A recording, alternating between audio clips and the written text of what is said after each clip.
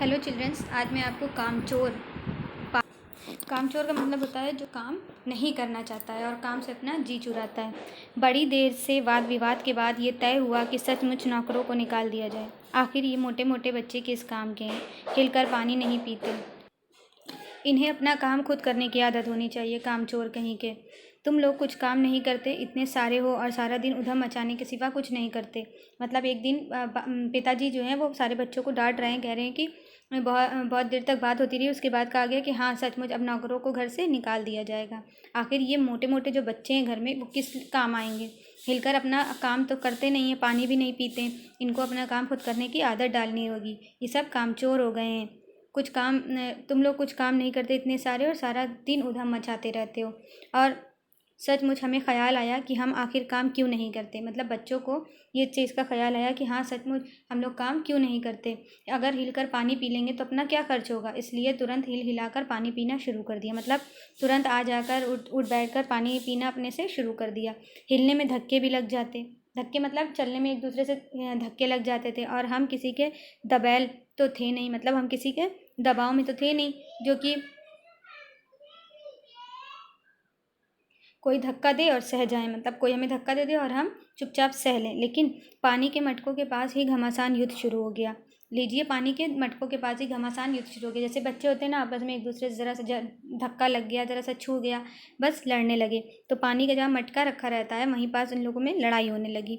सुराहियाँ उधर लुढ़की, मटके उधर गए, कपड़े भीगे सो अलग। मतलब सुराहियाँ जो रखी थी पानी के और जो घड़े रखे थे वो सब इधर उधर लुढ़क उड़क गए, और जो पानी था उसका वो पानी उनके कपड़ों पर गिर गया। ये भला काम करेंगे गधे कहीं के। अम्मा ने, मतलब बच्चों की जो माँ थी, उन्होंने ये निश्चय किया कि ये भला क्या काम करेंगे, क्या करे कैसे नहीं। देखो जी, जो काम नहीं करेगा उसे रात का खाना हरगिज़ नहीं मिलेगा, समझे। मतलब पिताजी ने कहा कि आप जो काम नहीं करेगा ढंग से उसको रात का खाना नहीं मिलेगा। ये लीजिए, बिल्कुल शाही फरमान जारी हो रहे हैं। मतलब बच्चे कह रहे हैं अब ये लो, एक और नया फरमान जारी हो गया। फरमान मतलब आदेश। हम काम करने को तैयार हैं, काम बताया जाए। मतलब सबने दुहाई दी। बच्चों ने कहा कि चलिए हम काम करने को तैयार हैं, क्या काम किया जाए, काम बताइए। बहुत से काम है जो तुम कर सकते हो। मतलब पिताजी ने कहा घर के बहुत से ऐसे काम है जो बच्चे कर सकते हैं। मिसाल के लिए, मिसाल मतलब कि एक अंदाजे के लिए बताया जा रहा है कि ये दरी कितनी मैली हो रही है, जो बिछी रहती ज़मीन में दरी, तो वो कितनी गंदी हो रही है। आंगन में कितना कूड़ा पड़ा है, पेड़ों में पानी देना है। और भाई मुफ्त तो ये काम करवाए नहीं जाएंगे। तुम सबको तनख्वाह भी मिलेगी। मतलब ये कहा जा रहा है कि जो तुम ये दरी साफ़ करो और आंगन में जो कूड़ा है मतलब गंदा है वहाँ झाड़ू लगा दो, पेड़ों में पानी दे दो, और ये काम तुम लोगों से मुफ्त में नहीं करवाए जाएंगे, तुम लोगों को तनख्वाह मिलेगी। तनख्वाह मतलब सैलरी, मतलब वेतन मिलेगा। अब्बा मियाँ ने कुछ काम बताया और दूसरे कामों का हवाला भी दिया। मतलब अब्बा ने कुछ और काम भी बताया और ये कहा कि ये भी कर लो। माली को तनख्वाह मिलती है अगर सब बच्चे मिलकर पानी डालें तो। उन्होंने इतना ही कहा था कि बीच में अम्मा बोल दी कि खुदा के लिए नहीं, घर में बाढ़ आ जाएगी। मतलब इन लोगों को ऐसा काम मत दीजिए, इतना पानी डालेंगे कि पूरा घर भर जाएगा। फिर तनख्वाह के सपने देखते हुए हम लोग काम पर तुल गए। मतलब जब बच्चों ने सुना कि हमें तनख्वाह मिलेगी महीने में, तो हम सब सारे बच्चे काम करने में लग गए। एक दिन फर्शी दरी पर बहुत से बच्चे जुट गए। फर्शी दरी मतलब जो कालीन होती है उसको कहते हैं फर्शी दरी। तो उस पर सारे बच्चे जुट गए और चारों ओर से कोने पकड़कर झटकना शुरू किया। दो चार ने लकड़ियाँ लेकर धुआंधार पिटाई शुरू कर दी। मतलब जैसे कि रज़ाई को धुना जाता है, उसी तरह उन लोगों ने क्या किया कि उसको कालीन को बिछाकर उस पर लकड़ियों से मारने लगे, उसकी गर्दा उड़ने लगी। और कुछ लोगों ने क्या किया, चारों कोने पकड़कर उसको ऊपर नीचे हवा में उछालने लगे ताकि उसकी गर्दा उड़ जाए। धूल तो उसकी उड़ने लगी, मगर फिर क्या हुआ, तुम पर खुदा की मार, सारा घर धूल से अट गया। खांसते खांसते सब बेदम हो गए। सारी धूल, कह रहे हैं कि तुमको खुदा सज़ा दे, मतलब ऊपर वाला ईश्वर जो है वो तुम्हें सज़ा दे। और सारी धूल से घर भर गया है और अब सब खांसते खांसते सबकी जान निकली जा रही है। सारी धूल जो दरी पर थी वो, और जो कुछ फर्श पर थी वो सब के सिरों पर जम गई। जो कुछ दरी पे थी, जो फर्श पर धूल थी, वो उड़ उड़ कर क्या हुई, सबके सरों पर जम गई थी। नाकों और कानों में घुस गई। बुरा हाल हो गया सबका। मार मार कर हम लोगों को आंगन में निकाला गया। मतलब घर में ये सब काम ये लोग कर रहे थे, तो इन लोगों को, बच्चों को, सबको बड़े लोगों ने पीट कर घर से बाहर करके आंगन में कर दिया। वहाँ हम लोगों ने फ़ौरन झाड़ू देने का फ़ैसला किया। सब ने क्या किया कि चलो झाड़ू लगाते हैं। झाड़ू क्योंकि एक थी और तनख्वाह लेने के उम्मीदवार बहुत, इसलिए क्षण भर में झाड़ू के पुर्जे उड़ गए। मतलब झाड़ू तो घर में एक ही होती है, और अब ये बच्चों ने जब झाड़ू लगाने की सोच ली तो सबको झाड़ू भी चाहिए। इसलिए क्या हुआ, झाड़ू के पुर्जे मतलब कि झाड़ू की जो तीलियाँ थी, एक एक करके वो सब बट गईं। जितनी सीखें जिसके हाथ पड़ी वो उन्हीं से उल्टे सीधे हाथ मारने लगा। मतलब जो जो भी 2-3 तीलियाँ जिसके हाथ में वो उसी से मारने लगा झाड़ू। ज़मीन कम और एक दूसरे की नंगी टांगें ज़्यादा झाड़ी गईं। मतलब जब जो सब कपड़े पहने हुए थे, हाफ पैंट वगैरह जो पहने थी, फ्रॉक पहने थी लड़कियाँ, तो उनके जो पैर दिख रहे थे वहाँ पर तीलियाँ ज़्यादा चल रही थी। वहाँ पे एक दूसरे को लोग बच्चे मार रहे थे। नतीजा ये कि सीखें चली, आंखें फूटते फूटते बचीं। अम्मा ने सिर पीट लिया, भाई ये बुजुर्ग काम करने दें तो इंसान काम करें। मतलब बच्चे अम्मा ने क्या करा कि सीखें सबसे छीन ली गई सबकी। सीखें ऐसे ही लोग चला रहे थे कि एक दूसरे की आंख भी फूट सकती थी। अम्मी ने क्या करा उनकी कि सिर पीट लिया अपना, मतलब परेशान हो गई। अब बच्चे क्या कह रहे हैं, भाई ये बड़े लोग हमें काम करने दे तो हम लोग करें। अब ज़रा ज़रा सी बात पर थप्पड़ों की बारिश होने लगे तो बस हो चुका काम। मतलब बच्चे कह रहे हैं अब इतनी इतनी सी बात पर हमें मारा जाने लगे तो फिर हम लोग कर चुके काम। असल में झाड़ू देने से पहले ज़रा सा पानी छिड़क लेना चाहिए। बस ये ख्याल आते ही तुरंत दरी पर पानी छिड़का गया। क्या क्या करा गया कि मतलब जब ज़्यादा मिट्टी धूल वाली जगह होती है तो वहाँ पे थोड़ा सा पानी डालकर झाड़ू लगाई जाती है तो धूल कम उड़ती है।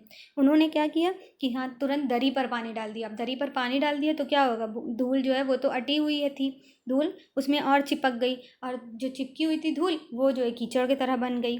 अब सब मजदूर आंगन से भी मार मार कर निकाले गए। सब मजदूर मतलब सब बच्चों को मार मार कर आंगन से भी बाहर निकाला गया। तय हुआ कि पेड़ों को पानी दिया जाए। सब बच्चों ने क्या तय किया कि चलो अच्छा पेड़ों को पानी दिया जाए। बस सारे घर की बाल्टियाँ, लोटे, तसले, भगोने, पतीलियाँ लूट ली गईं। मतलब किचन में जितने भी बर्तन थे वो सब ले आए बच्चे। जिन्हें ये चीज़ें भी ना मिली, जिन्हें ये चीज़ें ना मिली, वे डोंगे, कटोरे और गिलास भी ले आए। अब सब लोग नल पर टूट पड़े। यहाँ भी वो घमासान मची कि क्या मजाल जो एक बूंद पानी भी किसी के बर्तन में आ सके। ठूसम ठास किसी बाल्टी पर पतीला और पतीले पर लोटा, पतीले पर लोटा और भगोने और डोंगे।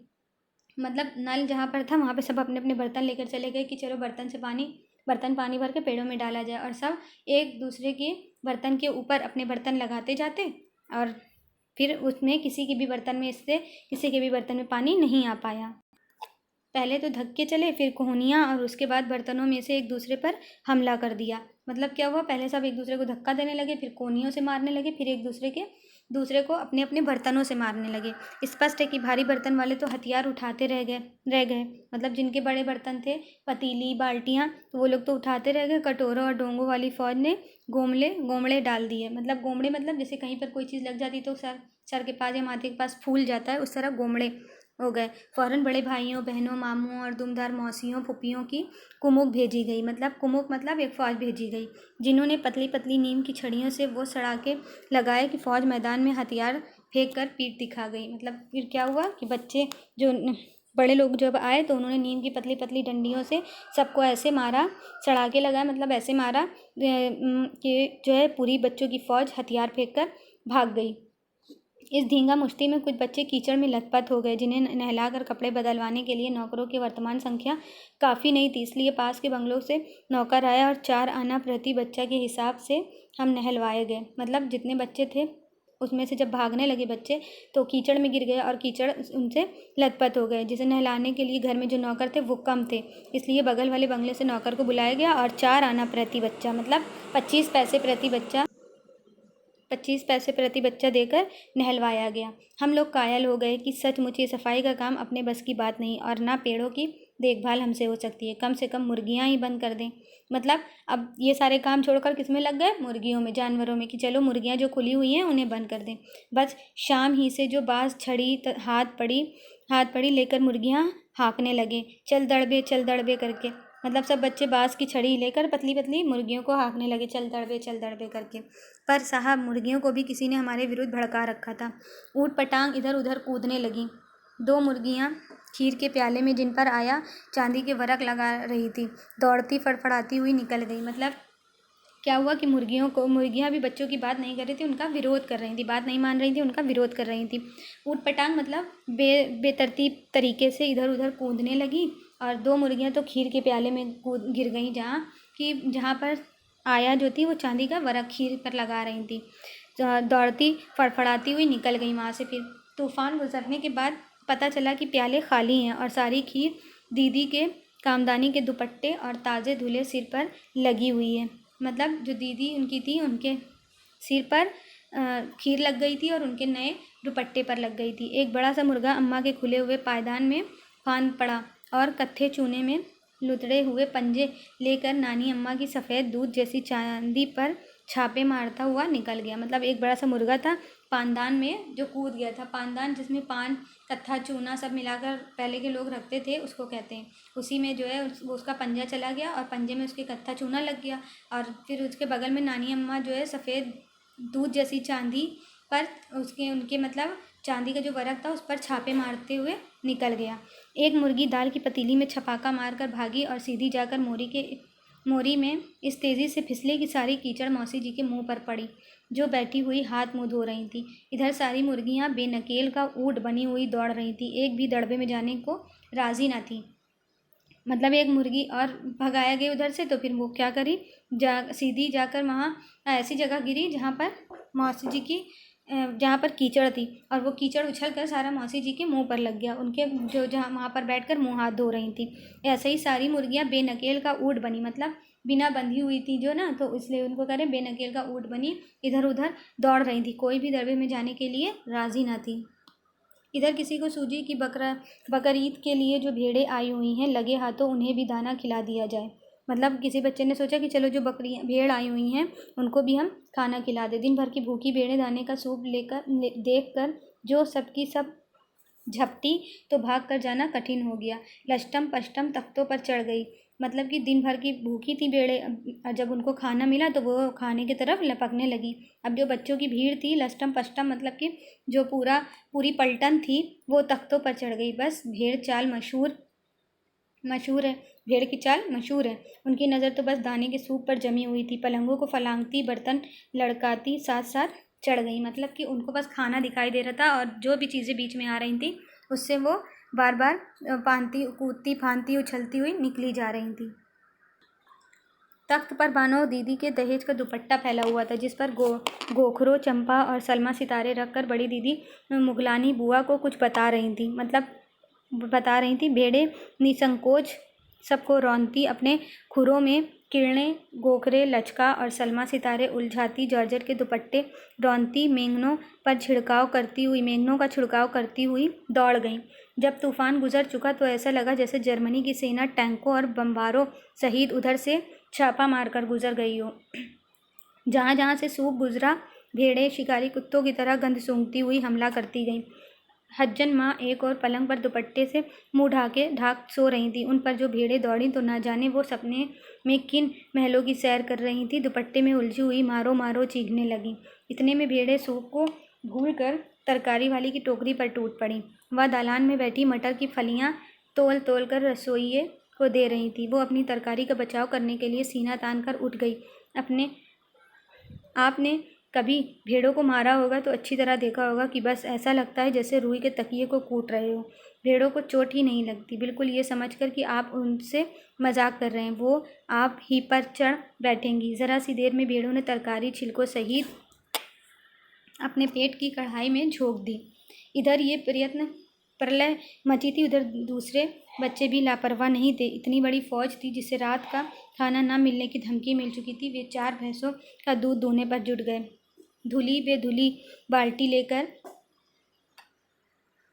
8 हाथ 4 थनों पर पिल पड़े। भैंस एकदम जैसे चारों पैर जोड़कर उठी और बाल्टी को लात मारकर दूर जा खड़ी हुई। तय हुआ कि भैंस की अगाड़ी पिछाड़ी बांध दी जाए और फिर काबू में लाकर दूध दूह लिया जाए। बस झूले की रस्सी उतारकर भैंस के पैर बांध दिए गए। पिछले 2 पैर चाचा जी की चरपाई के पायों में बांध अगले 2 पैरों को बांधने की कोशिश जारी थी कि भैंस चौकन्नी हो गई। छूटकर जो भागी तो पहले चाचा जी समझे कि शायद कोई सपना देख रहे हैं। फिर जब चारपाई पानी के ड्रम से टकराई और पानी छलक कर गिरा तो समझे कि आंधी तूफान में फंसे हैं। साथ में भूचाल भी आया हुआ है। फिर जल्दी ही उन्हें असली बात का पता चल गया और वो पलंग की दोनों पट्टियाँ पकड़े बच्चों और भैंसों को साड़ की तरह छोड़ देने वाले को बुरा भला सुनाने लगे। यहाँ बड़ा मज़ा आ रहा था। भैंसें दौड़ी जा रही थीं और पीछे पीछे चरपाई और उस पर बिल्कुल राजा इंद्र की तरह बैठे हुए थे चाचा जी। ओहो, एक भूल हो गई, अर्थात कटड़ा तो खोला ही नहीं। कटड़ा जो होता है वो भैंस के बच्चे को कहते हैं, इसलिए तत्काल कटड़ा खोल दिया गया। तत्काल मतलब तुरंत, फौरन। कटड़ा खोल दिया तीर निशाने पर बैठा और कटड़े की ममता में व्याकुल होकर भैंस ने अपने खुरों को ब्रेक लगा दिया मतलब वो अपने पैरों को रोक लिया भैंस ने। कटड़ा तत्काल जुट गया। धोने वाला तुरंत गिलास कटोरे लेकर लपके, क्योंकि बाल्टी तो छपाक के गोबर में जा गिरी थी। एक कटड़ा और 4 बच्चे। भैंस फिर बागी हो गई। कुछ दूध ज़मीन पर और कपड़ों पर 2-4 धारे गिलास कटोरे पर भी पड़ गईं। बाकी कटड़ा पी गया। वो सब कुछ 1 मिनट में 3/4 में हो गया। घर में तूफान उठ खड़ा हुआ। ऐसा लगता था जैसे सारे घर की मुर्गियाँ